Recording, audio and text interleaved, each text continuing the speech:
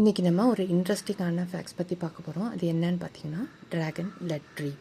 இது குடை வடிவ கனோபி மற்றும் பார்ப்பதற்கு டிராகன் செல்கள் போன்ற தடித்த பட்டை கொண்டது.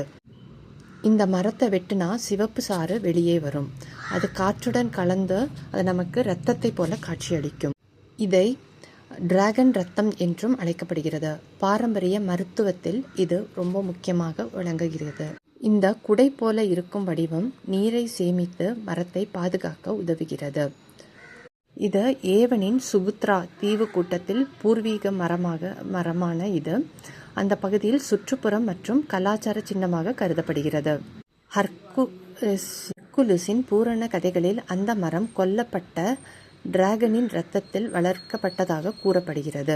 இயற்கையின் அதிசய வடிவமைப்பு தான் இந்த டிராகன் பிளட் ட்ரீ. இந்த தகவல் பிடிச்சிருந்தா லைக் பண்ணுங்கள், ஷேர் பண்ணுங்கள், சப்ஸ்கிரைப் பண்ணுங்கள்.